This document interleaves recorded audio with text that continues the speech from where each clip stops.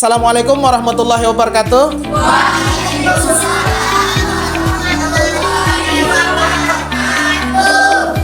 Selamat siang. Semoga adik-adik mahasiswa pada siang hari ini itu terasa sangat cerah. Karena apa? Karena merasakan masih semangat pagi. Nah, ya harus merasakan semangat pagi dong, biar senang, biar masih fresh gitu ya. Nah, baik, saya pada kesempatan kali ini saya akan coba masuk kepada materi yang pada mata kuliah pengantar ekonomi pembangunan syariah. Oke. Tapi sebelumnya sebelum saya memulai tentang mata kuliah ini, prolog tentang mata kuliah dari pengantar ekonomi pembangunan syariah ini, saya memulai dari sebuah pertanyaan dulu yang ada di papan. Tapi mau dijawab atau tidak nggak apa-apa dulu. Saya coba memulai itu karena kita berbicara masalah pembangunan. Apa yang perlu dibangun? Kan gitu yang menjadi pertanyaan kita di mata kuliah ini. Karena pembangunan, emang Indonesia butuh apa untuk dibangun? Kan gitu. Oh, butuh IKN nggak? Enggak, pasti menjadi sebuah pertanyaan. Nah, baiklah, sebelum memulai itu, saya sudah menyiapkan satu pertanyaan untuk adik-adik semua, yaitu sudah tahukah apa itu APBN? Pernah dengar APBN? Berarti sudah tahu? Oke. Kalau sudah tahu, apa itu APBN? Anggaran pendapatan dan belanja negara. Oke, kalian sudah mengetahui apa itu APBN. Tetapi pernah dengar nggak postur APBN? Belum pernah dengar apa itu postur APBN? Postur APBN itu sangat menentukan terhadap prospek pembangunan jangka panjang yang ada di Indonesia. Berapa untuk tingkat kesehatan, berapa untuk tingkat ekonomi, berapa untuk ini, semuanya ada di postur APBN kita. Baik itu yang tahun 2025, 2024 itu sudah ada postur APBN. Tetapi sebelumnya saya akan menampilkan video pembelajaran pada sesi mata kuliah ini yang mungkin nanti sangat membantu adik-adik terkait dengan apa itu APBN. Karena yang kita tahu APBN cuma anggaran pendapatan belanja negara doang. Tapi kita tidak tahu seluas apa itu APBN itu kan. Nah, pada sesi kali ini saya akan menampilkan dulu terkait dengan APBN ini. Oke, sebentar. Yang mungkin adik-adik kayaknya belum pernah mendengar. Tapi di sini saya akan coba memberikan kepada adik-adik terkait dengan apa itu APBN.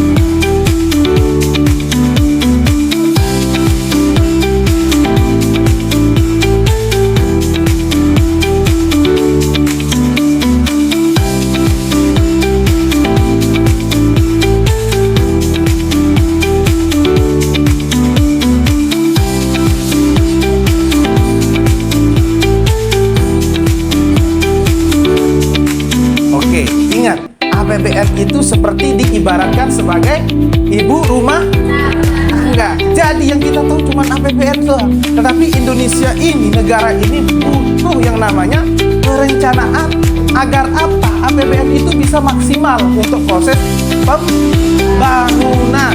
Maka sesuai dengan mata kuliah kita yaitu pembangunan ekonomi itu sendiri. Maka di sini bagaimana nanti misalnya seorang ibu rumah tangga, anggap aja Sirul dan ini temannya, kepengen rumah tangganya itu menjadi lebih terencana nih dalam hal ekonomi, maka dibutuhkan perencanaan yang bagus.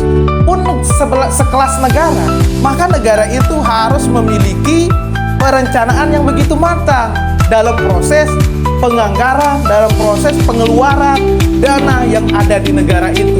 baik yang dimasuk melalui pajak dan dikeluarkan melalui beberapa aspek seperti bantuan sosial dan lain sebagainya. Tapi kita lanjutkan saja ya video ini. Tadi itu sampai kepada bagaimana peran ibu rumah tangga diibaratkan sebagai negara yang akan orang yang akan merencanakan dari proses keuangan itu sendiri. Pun sama ketika kita berbicara masalah APBN. Nah, kita lanjutkan.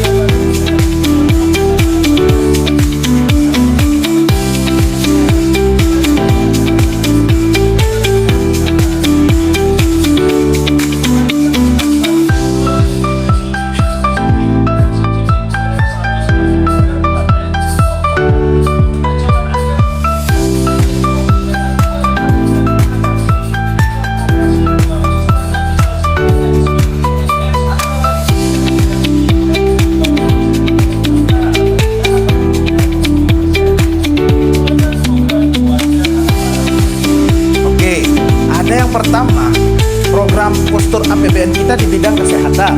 Yang kedua yang ketiga di bidang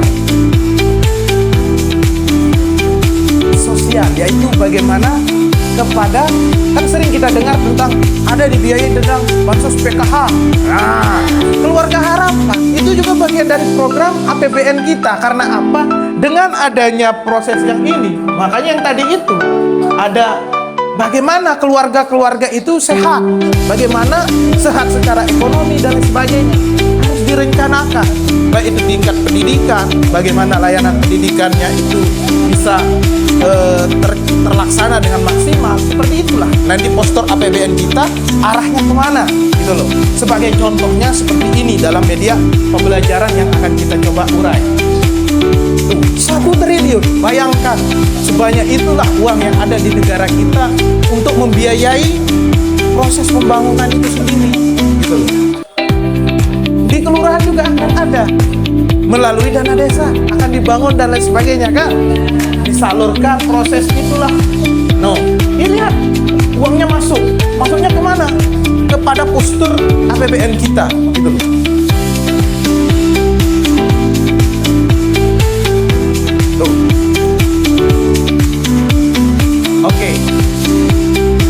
Oke, sampai di sini berarti adik-adik sudah tahu bagaimana mekanisme, bagaimana APBN itu ada, bagaimana APBN itu bisa dikeluarkan dalam bentuk program pembangunan pemerintah itu sendiri. Melalui apa? Contoh, kan pemerintah di sini presiden. Oke, sebagai bagian di sana leading atau kepala atau leadernya itu pasti ada menteri keuangan. Nanti kalau di bidang harapan keluarga menggunakan menteri sosial, disalurkan lewat sana. Postur APBN kita itu sudah direncana. Mana pos yang dibutuhkan untuk tingkat angka stunting kita meningkat nih. Mana nih kesehatan. Nah, itulah disalurkan berapa yang dibutuhkan di tingkat kesehatan dan lain sebagainya. Sehingga apa? APBN kita itu benar-benar terencana secara maksimal, benar-benar bisa diaplikasikan, benar-benar bisa digunakan, sehingga apa? Proses pembangunan yang ada di Indonesia ini bisa lebih maksimal, bisa lebih terencana, bisa lebih matang. Sehingga apa? Mulai dari pembangunan infrastruktur, mulai dari pembangunan infrastruktur juga, baik itu pembangunan SDM dan layanan-layanan lainnya itu bisa lebih matang, lebih maksimal, lebih terencana, lebih bagus. Sehingga tidak ada lagi, oh di sana itu daerah pinggiran tidak begitu maju, nggak ada lagi. Tapi kalau sudah proses pembangunan itu benar-benar matang, itulah nanti bagaimana APBN itu bisa terserap semuanya. Tapi muncul pertanyaannya, ketika ada pembangunan syariah, syariahnya itu di mana? Itu menjadi sebuah pertanyaan. Pembangunan syariah, letak kesyariahannya itu di mana? Apakah dia akan membaca bismillah ketika orang melakukan pembangunan itu? Oh tidak, tetapi lebih pada proses bagaimana instrumen pembangunan syariah itu melekat. Artinya dia adil. Ya, nggak boleh melakukan hal-hal yang sekarang yang sifatnya serakah. Maka dia harus, oh mana nih bagian untuk proses ini, maka itu dikerjakan. Karena proses di sini adalah lebih kepada proses bagaimana dia memposisikannya itu, bagaimana nilai-nilai dari ekonomi syariah itu benar-benar dijaga gitu loh. Pak, apakah nanti yang dikerjakan itu oleh orang non-muslim? Oh tidak apa-apa, asalkan nilai-nilai dari ekonomi syariah itu bisa dilaksanakan. Terlepas dari apakah dia orang muslim atau tidak, itu tidak ada masalah. Karena kita juga moderasi juga di sini, gitu loh. Artinya semuanya itu bebas. Tapi ingat, ekonomi syariah itu bukan khusus untuk orang muslim. Jadi pembangunan syariah itu bukan khusus untuk orang muslim, tetapi untuk semua umat, untuk semua masyarakat. Sehingga apa di sini? Lebih kepada implementasi nilai-nilainya daripada proses pembangunan di Indonesia itu. Sehingga nanti akan muncul dan nanti ada namanya SDGs, Sustainable Development Goals, untuk bagaimana proses pembangunan. Sehingga jelas bagaimana arah dari proses pembangunan secara merata. Sehingga pembangunan syariahnya itu lebih terlihat bagaimana letak dan lain sebagainya. Itulah yang nanti adik-adik akan ketemukan bagaimana di postur APBN kita. Jadi sudah paham, sudah tahu bagaimana postur itu. Istilahnya kita ini kan berdiri, kita membutuhkan yang namanya tangan, kaki, dan alat-alat dan sebagainya kan. Itulah postur kita, postur tubuh kita seperti ini, anatomi. Pun APBN ketika itu direncanakan harus ada posturnya, gambarannya, perencanaannya, sehingga nanti oh untuk di sini membutuhkan apa, di sini membutuhkan apa, berdasarkan apa? Berdasarkan keadaan, permasalahan sosial dan masyarakat kita yang ada di lapangan. Sehingga apa yang terjadi? Nah itu akan dimaksimalkan oleh pemerintah dalam penggunaan APBN. Karena APBN itu datangnya itu bisa dari pajak. Kita membayar pajak itu kan itu artinya pendapatan kepada negara. Kalau di daerah namanya itu PAD, pendapatan asli daerah. Itu bisa dilakukan mulai pajak, juga melalui retribusi dan lain sebagainya. Itu bisa dilakukan sehingga daerah itu menjadi ada pendapatannya, sehingga daerah itu bisa dimaksimalkan. Nanti kan itu bagian dari proses pendapatan anggaran belanja negara itu sendiri gitu loh. Sampai di sini ada yang sudah paham terkait dengan materi APBN? Ingat, jadi APBN itu nanti kalau dibilang apa itu APBN? Anggaran pendapatan belanja negara. Iya, memang itu kepanjangannya. Tetapi maksudnya dari APBN itu sudah jelas bagaimana proses perencanaan itu ya. Jadi ketika misalnya nih saya dikasih uang 100.000 sama orang tuanya untuk 1 bulan, terus habis dalam waktu sehari, kan proses perencanaannya menjadi sia-sia. Dia harus membeli apa, dia harus menggunakan untuk pos apa, membayar makannya berapa, membayar minum berapa, membayar cucian berapa, dan lain sebagainya. Sehingga posturnya itu sudah jelas arahnya kemana, gitu loh, ya. Sehingga proses-proses ini akan menjadi lebih terencana, gitu loh. Ada yang mau ditanyakan kira-kira terkait dengan materi kita hari ini? Kira-kira sebelum saya lanjut ke arah-arah yang lain, gitu loh, pada materi-materi dari proses pembangunan, kira-kira ada yang sudah tahu nggak tentang APBN kita? Jadi setiap APBN itu sekarang 2000 berapa? 2024 ini sudah dirancang APBN kita untuk postur 2025. Sehingga 2025 itu arah kebijakan kita, arah pengembangan dari Indonesia itu kemana, gitu loh. Sudah ada Indonesia Emas. Itu sudah ada proses-prosesnya, RPJM dan RPJP-nya sudah ada. Sudah tahu RPJM dan RPJP? rencana pembangunan jangka menengah dan rencana pembangunan jangka panjang yang ada di Indonesia itu sudah jelas bahwa RPJM-nya itu dalam waktu 5 tahun, RPJP-nya itu dalam kurun waktu 10 tahun ke atas. Itu akan ada perencanaan secara maksimal. Nah, itulah nanti sebagai bagian dari proses pembangunan rencana jangka panjang itu. Sehingga APBN itu bisa posturnya, begini loh posturnya, begini loh posturnya untuk tahun 2025. Kenapa kok? Sebagai gambaran media pembelajaran saya bahwa nanti akan ada 2000 ini, akan ada 2000 ini, akan ada 2000 ini. Sehingga kita tidak menghayal terkait dengan apa itu APBN dan lain sebagainya. Sampai di sini sudah paham? Nah, itulah tadi bentuk media pembelajaran saya. Karena apa? Karena kalau adik-adik saya kasih apa itu tentang APBN, mungkin agak masih berangan-angan di pikirannya. Tapi kalau saya menampilkan video tentang tadi, pasti akan berpikir bahwa seperti ibu rumah tangga yang akan merencanakan ini, seperti tingkat kesehatan yang seperti ini, seperti tingkat ini yang seperti ini, dan lain sebagainya. Maka sudah jelas, berarti APBN itu seperti ini ya prosesnya. Berarti APBN kita itu dalam pembangunan seperti ini loh prosesnya. Sehingga gambaran di kepala kita udah mengenai, nanti akan ada APBN kita tahun depan itu pada arah yang ini. Oke? Sampai di sini ada yang mau bertanya? Oke, tidak ada. Saya cukupkan aja ya. Nggak perlu banyak-banyak.